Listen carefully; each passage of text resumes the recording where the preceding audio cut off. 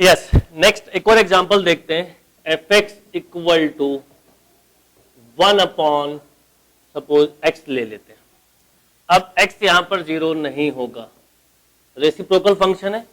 Reciprocal function में limit देखते हैं। अब क्या करोगे आप, एक बार लोगे आप 0 से छोटी वैल्यू और एक बार लोगे आप 0 से बड़ी वैल्यू।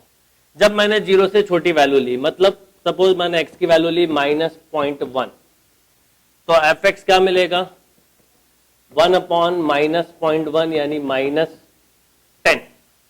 मान लीजिए मैंने वैल्यू ली -0.01, तो ये क्या हो गया, ये कितना हो गया 100 माइनस का। इस तरह से चलेगा। यहां पर आए x की वैल्यू +0.1 ली, जब +0.1 ली तो एफ एक्स क्या मिला 1 अपॉन 0.1 देन 10। जब मैंने 0.01 ली तो क्या मिलेगा 100।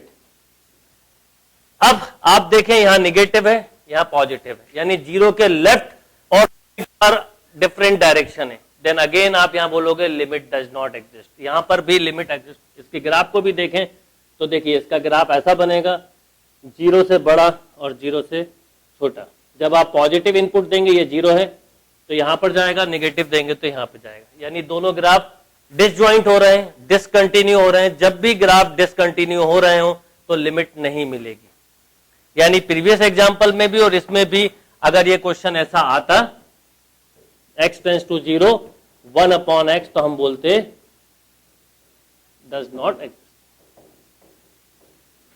ये ध्यान रखना अपने को।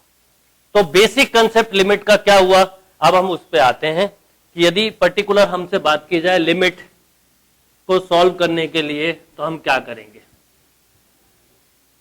तो समझिए यदि ऐसा दिया है limit x tends to a F X equal to L, तो आपको करना क्या है, ये a पॉइंट दिया हुआ है तो नेबरिंग ऑफ a आपको चेक करना है, मतलब left hand and right hand, a से छोटी वैल्यू और a से बड़ी वैल्यू। तो हम मान लेते हैं एक छोटी value x equal to a minus H.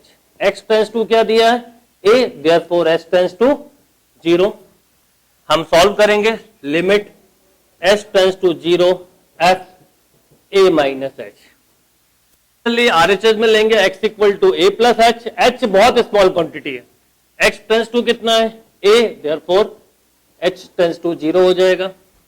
आप क्या करोगे, simple limit h tends to 0 f a plus H निकालेंगे। यदि left hand limit equal to right hand limit आई तो हम बोलेंगे लिमिट एग्जिस्ट करती है और अदरवाइज डज नॉट एग्जिस्ट। आगे जाके यही कंसेप्ट कंटिन्यूटी में मिलेगा और इसका एडवांस पार्ट जब हम बात करेंगे डिफरेंशियबिलिटी, तो कंटिन्यूटी का भी बिल्कुल यही सेम कंसेप्ट है। तो ये फंडामेंटल कंसेप्ट है। तो जब लिमिट का कोई क्वेश्चन आए तो आपको ये ध्यान रखना है कि लेफ्ट हैंड और राइट हैंड पर चेक करना है, जो पॉइंट दिया है उसका लेफ्ट और उसका राइट नेबर आपको चेक करना है।